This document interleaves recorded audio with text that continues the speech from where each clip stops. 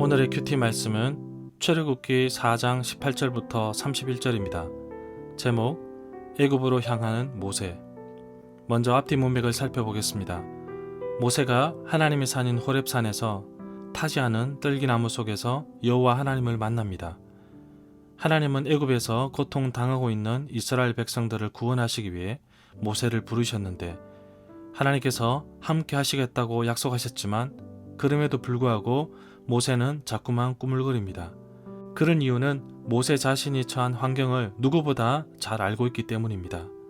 나이가 80세라 기력도 쇠하였고 광야에서만 40년이란 시간을 보냈기에 아무런 힘도 영향력도 없다고 보았습니다. 그러나 하나님은 이스라엘 백성들에게 모세를 보내시는 분이 어떤 분이신지 누구신지를 말씀하셨고 출애굽에 대한 계획도 세우고 계셨습니다. 모세가 가지고 있던 지팡이는 미디안 광야에서 양떼를 돌볼 때 사용한 막대기에 불과합니다. 그러나 출애굽기 4장에서 이 지팡이는 뱀으로 바뀌는 이적의 도구로 사용되었고 이제는 이 지팡이를 통해 하나님의 명령에 순종해야 할 사실을 늘 손에 잡고 기억하게 됩니다. 하나님께서 모세와 함께 하시겠다고 그 약속의 말씀이 이 지팡이를 통해 하나님의 손이 모세의 손을 통해 이루어 가실 것입니다. 하나님의 동행하심과 하나님의 권능이 함께하는 상징물이 되었습니다. 모세가 애굽을 향해 아내 십보라와 아들을 데리고 떠납니다. 모세가 가진 지팡이를 출애굽기 4장 20절에서는 하나님의 지팡이라고 하였습니다. 하나님께서 모세와 함께 하심을 상징적으로 보여주고 있습니다. 애굽으로 가는 도중에 갑자기 하나님께서 모세를 죽이려고 하십니다. 모세가 하나님의 언약대로 자기 아들에게 할례를 행하지 않았기 때문입니다. 급하게 십보라가 아들에게 할례를 행하였는데 하나님의 백성을 구하기에 앞서서 자기 자신이 먼저 하나님의 백성이라는 것을 깨우쳐 주기 위함이었다고 봅니다. 말을 잘 못하는 모세는 걱정이 앞섰지만 하나님께서는 대변자 형 아론을 예비시켜 주셔서 함께 애굽에 있는 백성들 앞에서 하나님의 계획에 대해서 소개하고 있습니다. 문단을 나눠보겠습니다. 18절부터 23절은 애굽으로 향하여 떠나는 모세 가족, 24절부터 26절은 피남편 모세, 27절부터 31절은 아론을 만나는 모세, 18절에 모세의 장인 이름이 이드로라고 나오는데 출애굽기 2장 18절에서는 르우엘이라고 나옵니다. 20절, 이 구절에서 아들들이라고 복수형으로 나타내고 있는데 지금까지는 게르솜만 언급하였습니다.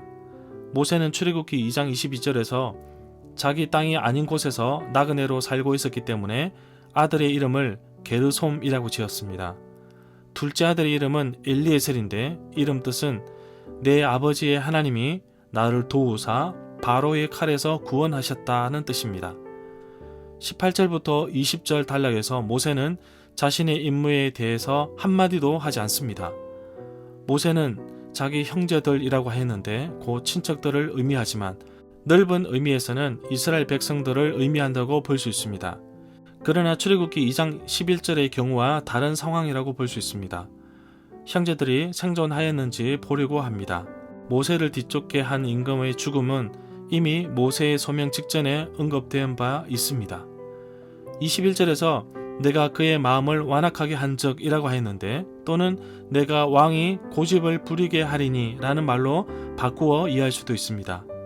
그의 마음을 완악하게 한다는 말은 문자적인 번역이라고 할 수 있습니다. 왕의 마음이 완악해지다는 말은 구약에 20번 나옵니다. 그 중에 10번은 하나님께서 완악하게 하셨으며 나머지 10번은 왕 스스로가 완악해진 것입니다. 23절에 내가 내 아들 내 장자를 죽이리라고 하였는데 출애굽기 12장 29절에서 성취된 위협이라고 할 수 있습니다. 21절부터 23절에 보면 호세아 11장 1절에서도 비유적으로 이스라엘을 여기에서 마찬가지로 애굽에서 이끌어낸 것과 관련하여 하나님의 아들이라고 부릅니다. 하나님은 자기 백성이 하나님을 섬기기를 바라지만 바로를 섬기기를 바라지는 않습니다. 하나님은 이제부터 출애굽기 11장 4절부터 8절에 이르기까지 일어날 모든 일이 자신의 계획과 뜻에 따라 진행되리라는 것을 모세에게 분명하게 말씀하고 있습니다. 24절에 여호와께서 그를 만나사 그를 죽이려고 하신지라고 말하고 있습니다. 여기에서 그는 모세를 의미합니다.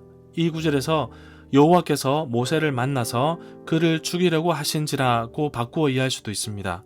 이 우발적인 사건은 모세가 아직 할례를 받지 않았음을 암시한다고 볼 수 있습니다. 이것이 하나님께서 모세를 죽이려고 하신 이유로 봅니다.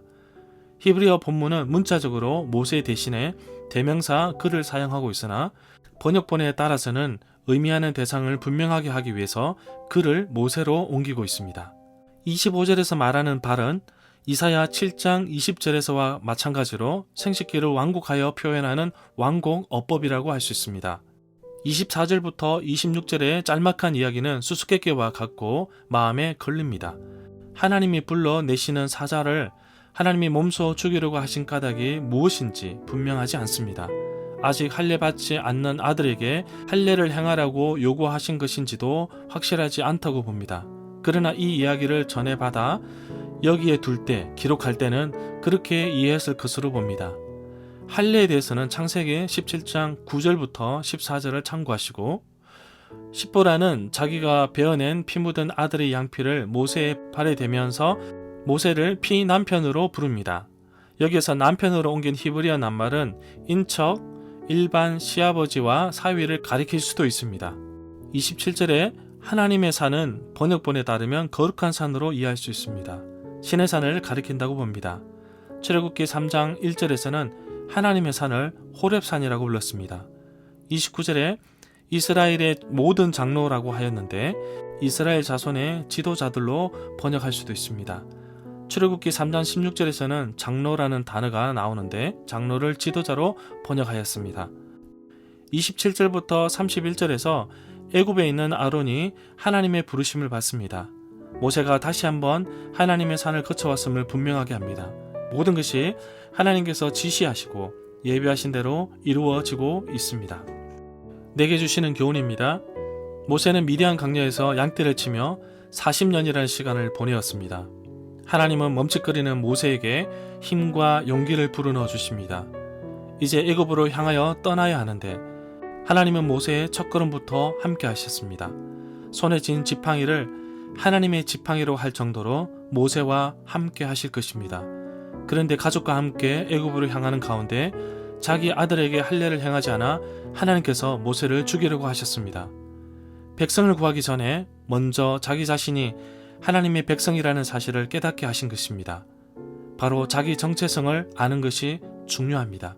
내가 신앙의 삶을 살면서 먼저 내가 그리스도인이라는 사실을 깨달아야 합니다. 내가 전도하기 전에, 내가 믿음의 삶을 살기 전에 내 안에 그리스도가 살아계시다는 것을 먼저 깨닫지 못한다면 진정한 그리스도인이 아닙니다. 사역자로서, 직분자로서 많은 일을 하기에 앞서서 먼저 나 자신을 돌아보고 하나님 앞에서 바로 서 있는지 먼저 점검해 봐야겠습니다. 모세는 자신이 만난 하나님을 백성에게 소개해야 하지만 걱정이 앞섭니다. 말을 잘 못하는 모세를 돕기 위해 대변자 아론을 붙여주셨습니다. 하나님은 사람의 방법이 아닌 하나님의 방법으로 일하십니다. 내 생각보다 앞서 행하시는 하나님께서 필요에 따라 모든 환경을 열어주십니다. 사람을 붙여주시고 또한 물질도 공급해 주십니다. 그리하여 모세의 첫 발걸음을 순탄하게 이끄셨습니다. 오늘 하루 나의 삶이 하나님의 도우심과 인도하심 속에 순탄하게 첫걸음을 내딛기를 원합니다. 모세가 전해준 말을 듣고 백성들은 머리를 숙여 여호와 하나님께 예배를 드렸습니다. 하나님께서 이스라엘 백성들에게 찾아오셨고 또 이스라엘 백성의 괴로움을 알고 계셨다는 말을 들었기 때문입니다. 하나님은 자기 자녀들을 항상 돌보시고 기억하시며 귀를 기울이십니다. 지금 내가 당하는 고난과 어려움도 알고 계십니다. 오늘도 나를 찾아오신 하나님을 만나길 원하고 나의 어려움을 해결해 주시고 나의 걸음을 순탄케 인도하실 그 하나님을 찬양합니다. 가장 좋은 길로 이끄실 하나님을 기대하며 오늘 하루를 시작하오니 감사가 넘치는 하루가 되기를 간절히 소망합니다.